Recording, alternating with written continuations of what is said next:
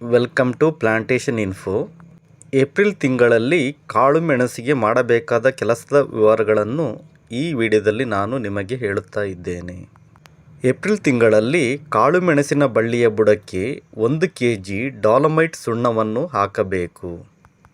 Dolomite ಸುಣ್ಣವು ಮಣ್ಣಿನ ಆಮ್ಲೀಯತೆಯನ್ನು ಕಡಿಮೆ ಮಾಡಿ ರಸಗೊಬ್ಬರಗಳ ಹೀರುವಿಕೆಯನ್ನು ಜಾಸ್ತಿ ಮಾಡುತ್ತದೆ. ಹಾಗೆಯೇ ಇದರಲ್ಲಿ ಕ್ಯಾಲ್ಸಿಯಂ ಮತ್ತು ಮೆಗ್ನೀಷಿಯಂ ಇರುತ್ತದೆ.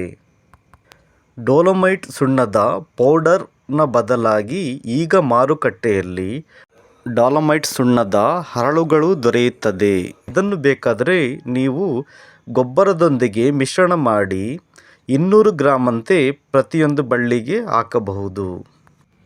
ಇದು ಕೂಡ ಉತ್ತಮ ರಿಸಲ್ಟನ್ನು ನೀಡುತ್ತದೆ. ಹಾಗೆಯೇ ಇದರ ನ್ಯೂಟ್ರಲೈಸಿಂಗ್ ವ್ಯಾಲ್ಯೂ ಕೂಡ ತುಂಬ ಚೆನ್ನಾಗಿದೆ. ಹಾಗಾಗಿ ನೀವು ಇವೆರಡರಲ್ಲಿ ಯಾವುದಾದರೂ ಒಂದನ್ನು ಏಪ್ರಿಲ್ ತಿಂಗಳಲ್ಲಿ ಮೆಣಸಿನ ಬಳ್ಳಿಯ ಬುಡಕ್ಕೆ ಹರಡಬೇಕು.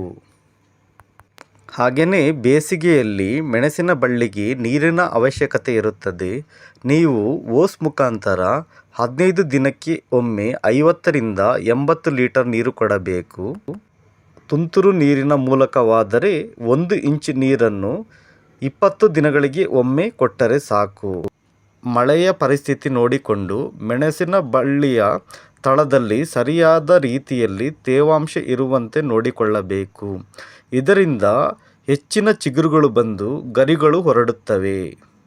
ಹಾಗೆಯೇ ಸರಿಯಾದ ರೀತಿಯಲ್ಲಿ ತೇವಾಂಶ ನಿರ್ವಹಿಸಿದರೆ ಮೆಣಸಿನ ಬಳ್ಳಿಯು ಹಳದಿಯಾಗುವುದು ತಪ್ಪುತ್ತದೆ.